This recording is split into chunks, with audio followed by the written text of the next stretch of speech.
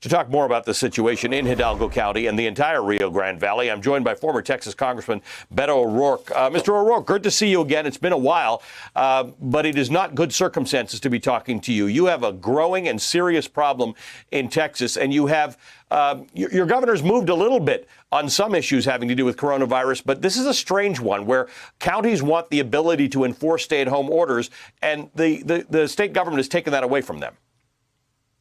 That's right. You know, the United States has been hit hard by COVID.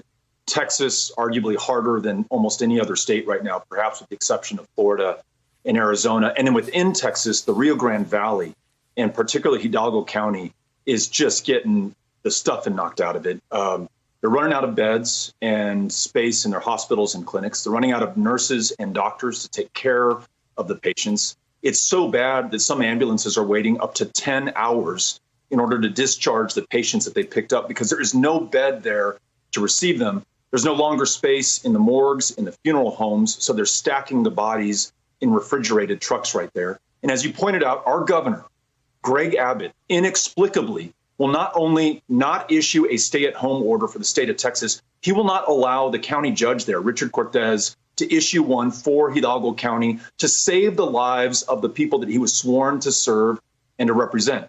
And I want to make sure this is not lost on your viewers. That county is 95% Mexican American. We know that Latinos and African Americans are disproportionately bearing the burden of COVID transmission that is out of control in the state of Texas. This governor, our governor, Greg Abbott, is choosing to allow people to die when he could choose to allow county judges to save their lives. Congressman, you know Texas well. I mean, arguably, you know it better than a lot of Texas politicians.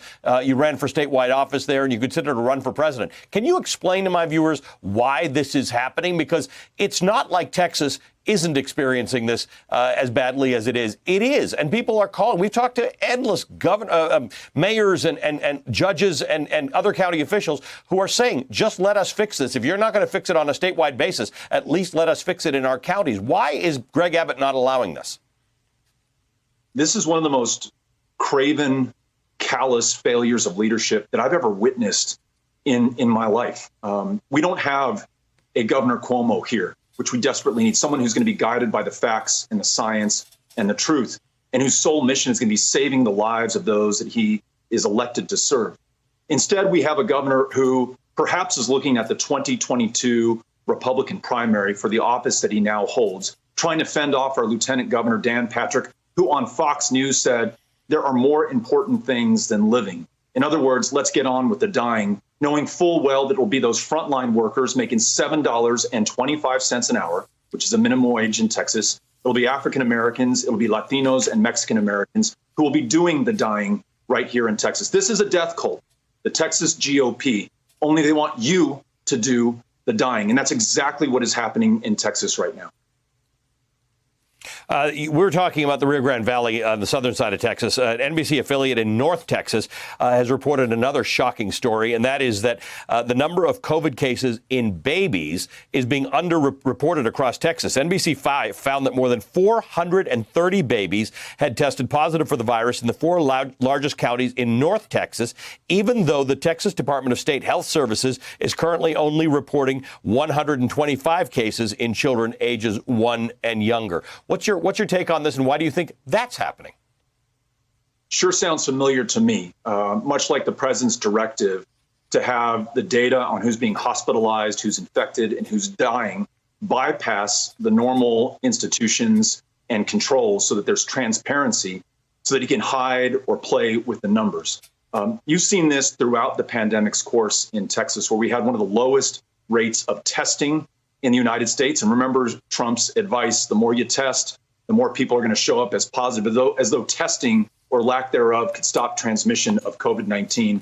That's the only thing that I can look to explain this gross undercounting and lack of transparency here in Texas. And then we learned from the CDC today that overall reporting in the United States may be underreported by a factor of anywhere between 2 and 13. So as bad as it is right now, it is much worse than we know because we're not testing in sufficient numbers, and the testing that is being done is not being shared with the public. Right. That reporting that we were underrepresenting by a factor of 2 to 13 is hard for people to get their heads around, except you and I have just talked about 2 instances on both ends of Texas in which it is likely that there is underreporting because we're not testing and we're exposing people to this virus in ways that July of 2020 we don't have to be doing.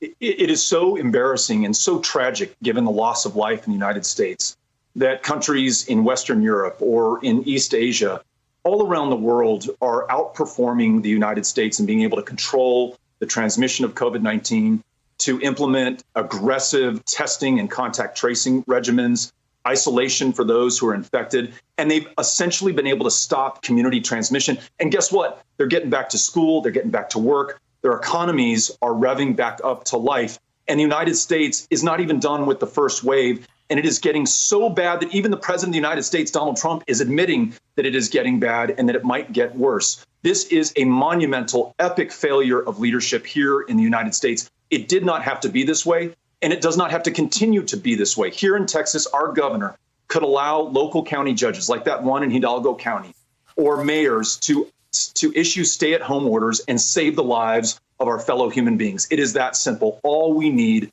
is leadership.